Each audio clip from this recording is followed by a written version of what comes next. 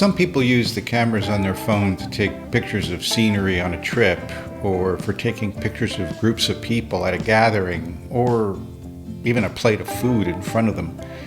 My wife, Vickie, uses her phone camera in what I would describe as many non-traditional yet very practical ways that I think our audience will find helpful, such as pictures of products, collecting and storing information, or even for recreational activities. So for this show, Vickie and I will discuss different ways to use the camera on your phone. I hope you'll find this discussion very useful and fun too.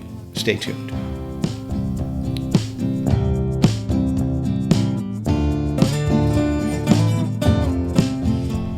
Okay, well, this is Tech Tips for Seniors, a show about tips for seniors or anyone really on how to better use technology such as smartphones, computers in your daily lives. And I'm your host, Bruce Ciotta. Today I have my wife, Vickie Ciotta, with me, and she and I are going to have a conversation about different ways you can use your phone to take pictures. Hi, Vickie. Hi. Welcome to the podcast. Thank you.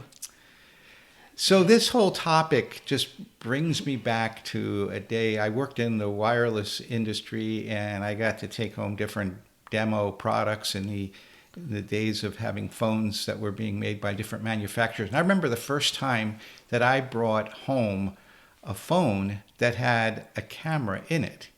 And our daughter, Stephanie, who was about 13 at the time, took a look at this thing, and she was hysterical about it. She laughed and she said, why would anybody want a camera in their phone? What would you possibly do with it? You remember that it was really, really funny to see the reaction to her about that. She was pretty emphatic that there would be no use for it, that would never take off. And yet today, here we are, many years later, and you can hardly even imagine having a cell phone that didn't have a camera in it. It's just so integrated and so common today. So, these things are versatile, they're compact, they're portable, and people use them for whatever things they do in their particular lives. And I think one of the fascinating topics for today, and the reason why I wanted Vickie on the show, is because she, and I do think very, very differently for sure, but she also has very different set of uses for the way she takes advantage of the phone. And so sure. I wanted to let that come out today in some of our discussion.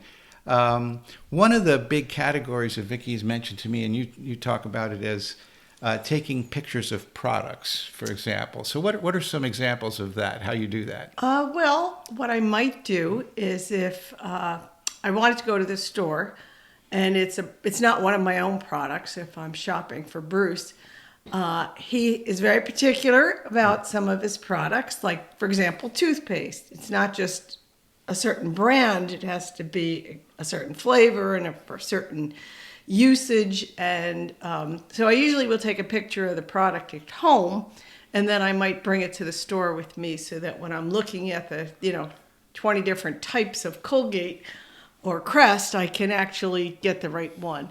So that kind of saves you from having to bring the toothpaste with you in your purse or bag. You don't have to carry the product. I used to do that. Don't have to do that or the anymore. box or anything like that. You just bring the picture. I also used to do the opposite. I would be at a store and I would see something, but I didn't want to buy it because I wasn't sure it was the right thing. So I would take a picture of the item at the store and then bring it home and decide later if, after I've compared prices or compared what other details of the product, I might go back and buy it. But at least initially, I would just take a picture of it if I wasn't sure. Yeah, I've actually seen you do this where I find something online that I think I want to purchase.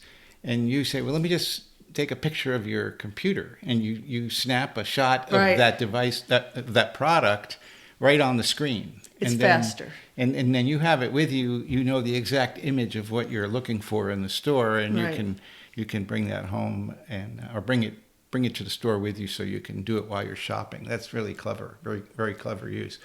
You also mentioned collecting and storing information. So what do you mean by that? That's a category of Oh, things. I just thought of another example that fits in this new category, and that is sometimes I'll take a picture of my shopping list. Oh, Because I've had many times where I have dropped the shopping list, left the list at home, or just forgotten it altogether. And if it's on my phone, I generally always have the phone. So a quick copy of that list on my phone makes it a lot bulkier, easier. Yeah. But other things that I would use to collect information of, I keep, for example, a picture of the back of my car, which has my license plate on Oh. it, on my camera, and it's really convenient. Go to Costco to have your tires rotated, and they say, "What's your license plate?" And of course, I have no idea what my license plate is, but I can find it really fast. Of course, that you never know when someone's going to ask you for your license plate. You're at the counter, and suddenly that's a Yes. question that they want to know. I've had that happen to me in hotels where they'll say, "What's the license plate of your car? Fill it out on the information." And I'm like, I have no idea what my license plate is. So that's a Yes. clever use. And here's a lady's example. I go to the nail salon and I pick a new color nail polish off of the shelf, and I really like it and I want to do it again. So all I'll do is take a picture of the bottle and put it in my phone, and then when I return, I don't have to remember what it is. I just look at the picture and I say, "Oh, I'd like to do number 123 again." Oh, nail polish comes in numbers, obviously. Sometimes people go by names, but some places go by numbers. So Yeah. yeah, so just having a picture for the sake of information is really helpful. Also, we'll collect information on Facebook. I don't do do with a lot. that? I don't do a lot of Facebook, but I do belong to the community Facebook page, and so somebody will say, "Oh, does anybody have an electrician they can recommend, or whatever else?" And I know we might be in the market for that kind of service provider. So typically, I'll just take a quick shot with my camera because it's usually sitting on the counter, and I'll hold on to these various kinds of information, and then I'll get rid of that information when I feel like I don't need it, or if I've transferred it someplace more permanent. So that brings a question about getting rid of information. I know we were going to talk about that too, but like, how long do you keep these things? You're taking pictures of a tube of toothpaste. Like, what do you do? How do you keep the information current and useful? I would say I go through my phone once a week or every 2 weeks, just when I'm, waiting in the car for something, or, got a little spare time, and I will just delete things that I really no longer care about. So obviously I would keep my license plate number, but I would get rid of the tube of toothpaste once I bought it. So Okay, all right. Just makes me feel better knowing that you're purging out your photos every once in a Yes. while. But this sounds like a lot of work. Like what you're doing is very industrious. Is there anything you do just for fun with the camera? Any times you use it for recreational purposes? Yes, I do. On occasion, I will go to a bookstore, like a Barnes and Noble, and I rarely get there. So if I do that, it's really just a fun thing to do. And so while I peruse all of the various tables, something might catch my eye, but obviously I don't get a lot of information about it from just looking at it that way. So I will often snap a picture of the cover, which then helps me to come home. I can look at reviews of the books. I can shop the price of the books, or I can find out if I could get it from the library. So I'm sure that's not a favorite for Barnes and Noble, but it does work for me. But I could buy a coffee while I'm there. Well, you're a big book reader anyway, so you use a lot of materials that are audiobooks. So I can Yes. imagine that seeing the physical book just makes you want to go back and listen to it later time, maybe on audio. Right, that's true. I do more audiobooks. I also might see a new business while I'm out, but my time is tight. So if I saw a new restaurant or something like that, or a retail store, and I think, oh, I'd really like to go check that out sometime, I might check it out online when I get home, or I might say I'd like to go back there, or I want to see the menu online. I might snap a picture of the store. Yeah, that actually happened to me a couple of weeks ago. I saw a business that I hadn't noticed nearby a coffee shop that I go to, and I thought it was a place that served desserts and chocolates, and I just knew you would love it. And so I wanted to take you there, but I couldn't remember the name of it because Right. I had never seen the business name before. So I just jotted down by taking a quick shot of it so that I would remember it myself. So I guess I'm taking after you a little bit, picking up on that one. But Yeah, I have one more use, which is kind of funny, actually. We belong in an HOA community, and I've been very involved with landscape issues. And so I might be going for a walk in the community, and I have a picture, my phone with me, and I see some landscape issue that's troubling, needs fixing.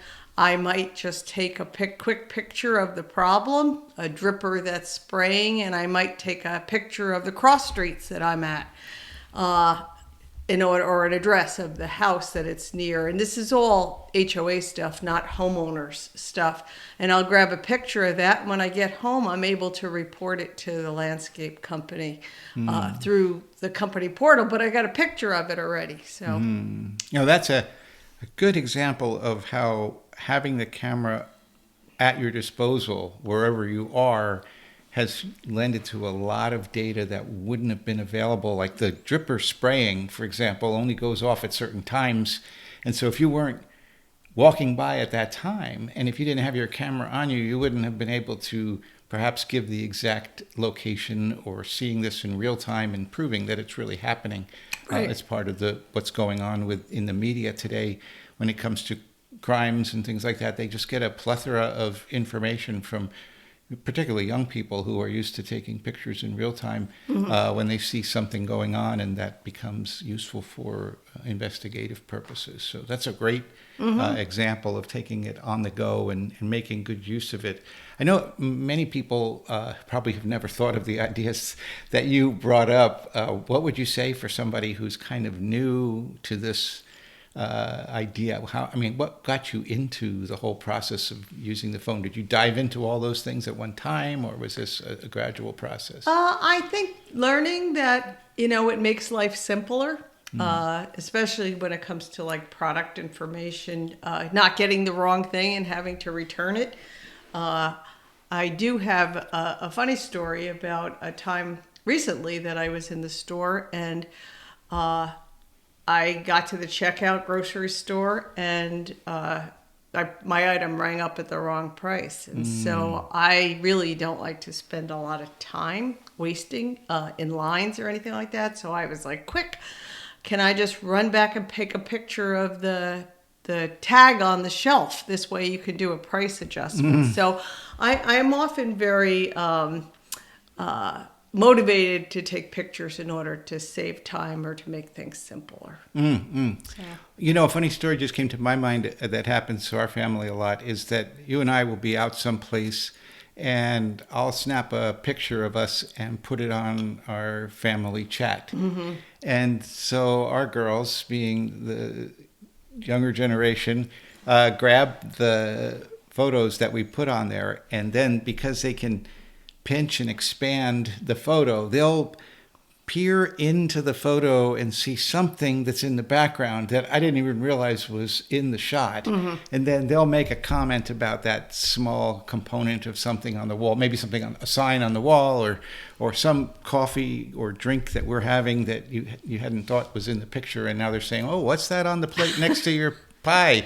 Ice cream, or what kind, or something?" And I just think it's amazing how these pictures take such high resolution that they're able to expand them and get down to the minute pixels to see what's in the shot. I think that's an incredibly good use of photography today, and something that no one would have ever anticipated would be done. Well, you couldn't, yeah. So. Yeah, but there wasn't a way to do it, and the fact that it's portable on your phone makes it easy for you to take advantage of it while you're moving, and then post it online, or to bring it back with you, as you've explained in so many different ways. So there is that share button that you have on your phone.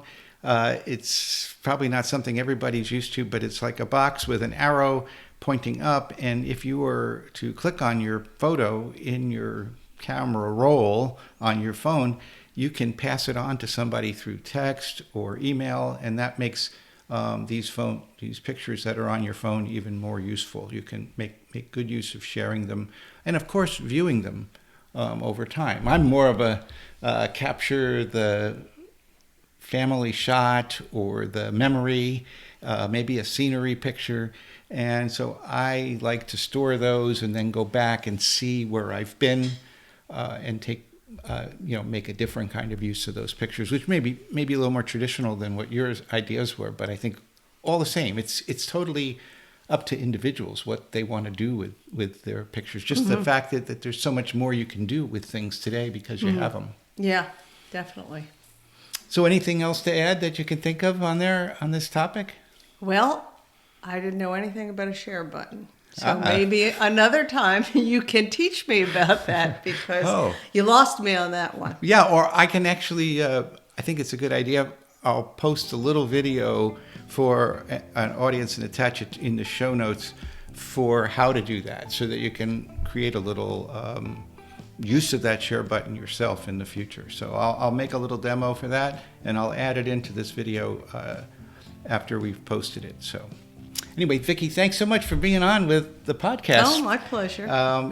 It's so good to have all of you with us for the show. If you have any questions or comments about the things that we've talked about, please leave a note in the comments section, or you can write me at techtipsforseniourspodcast@gmail.com.